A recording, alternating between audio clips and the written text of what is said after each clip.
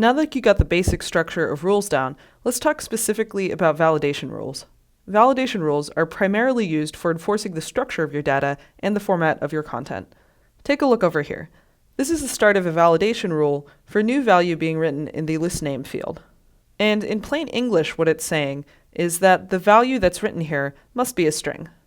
And its placement, where it's nested inside user list and then these two wildcard variables and the property name list name, makes it specifically a rule that affects the list name values. So let's take an actual look at the variables and methods that are used within this expression itself. First, I'd like to point out this variable called newData. When you're writing your validation rules, you're almost always going to need a way to refer to the value that is either currently there or that the user's trying to write to that location. Because of this, the Firebase rules language provides two predefined variables specifically for these values, and they are data and newData. You can use these anywhere within your rules. Now, data refers to the data as it currently is, and newData refers to the data after a write has taken place. In the rules language, these have the variable types of rule data snapshots, and they're called data snapshots because they can either be a single value or a whole portion of data in the Firebase database.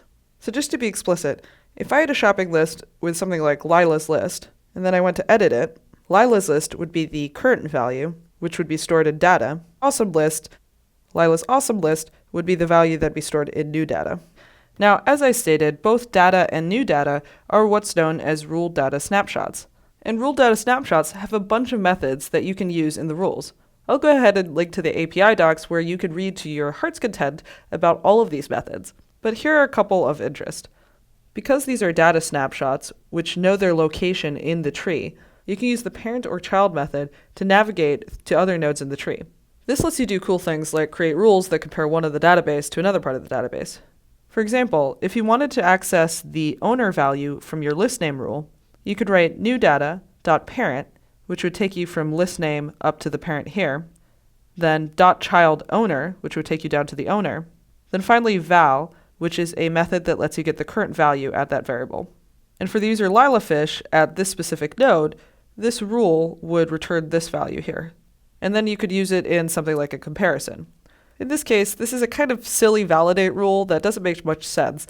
It's saying that the new data that you're writing for the list name must be the same as the owner's email. So you'd have a bunch of list names named after owners. But hopefully that gives a little bit more insight about how you might be able to use the parent or child methods. Note that the ability to use parent in the rules is somewhat different than the data snapshots that we've been using in our Android app. When you get a data snapshot on the client side, you can't see anything that is the parent of the location that you requested. In the rules, though, you can look at any other part of the database in order to make a rule, which is why you can use a method like parent.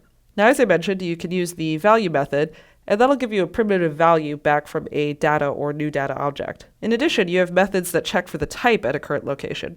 And exist is actually a really helpful method to use when you're writing rules that are specific to whether a value is being added or removed.